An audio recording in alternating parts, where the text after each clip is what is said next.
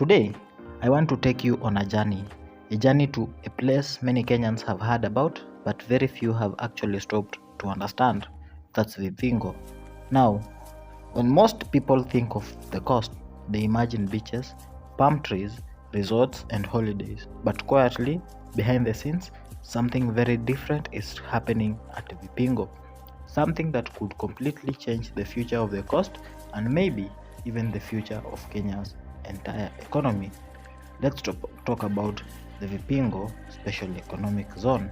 So sit back, relax, and let's go to the coast together. Vipingo wasn't always a place people talked about. For years, it was known for sisal plantations, some quiet farmland, and that long stretch of road between Mtwapa and Kilifi that most of us pass without thinking. But deep inside that quiet land, a new dream began to grow. The dream of building a modern industrial city right next to the ocean, and that's how the Vipingo SEZ story begins.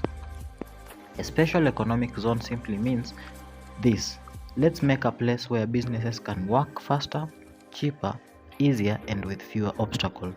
A place where factories don't have to fight with too much paperwork, where investors have support, and where young people can find real stable jobs.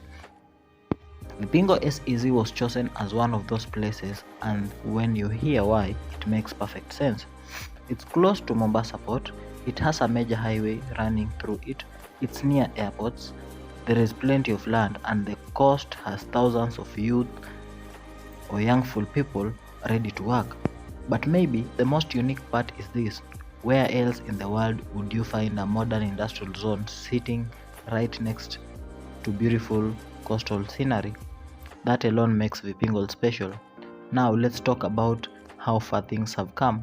If you visited Vipingo SEZ a few years ago, you would have found empty land. Today, when you go there, you will see wide new roads, big warehouses, power stations, factories, and construction happening almost everywhere. It feels like the early stages of a new city, not chaotic but planned. You will see trucks moving in and out, workers in reflective jackets, concrete mixers, forklifts, and surveyors measuring new clothes. You will see walls rising, steel structures taking shape, and new buildings appearing month after month. Factories have already started operating. Some are making construction materials, some are processing food, some are packaging goods for export, others are storing products for e-commerce and logistic companies. In simple words, businesses is already happening. And with every new company that moves in, new jobs appear: the security guards, the machine operators, the drivers, the technicians, the accountants, the cleaners, the cooks, and the suppliers. That's how development works. It starts slowly, then suddenly you realize the whole place is transforming. The impact on the community around Vipingo is becoming more and more visible. People who used to travel long distances looking for work now have opportunities closer to home.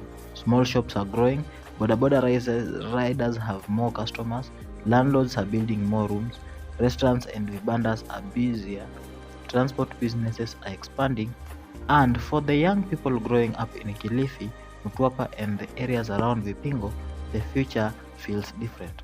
There's hope, there's purpose, there's that feeling of maybe I can get a job, a really good one, right there at home. The coast has always depended heavily on tourism, which is great but also unpredictable.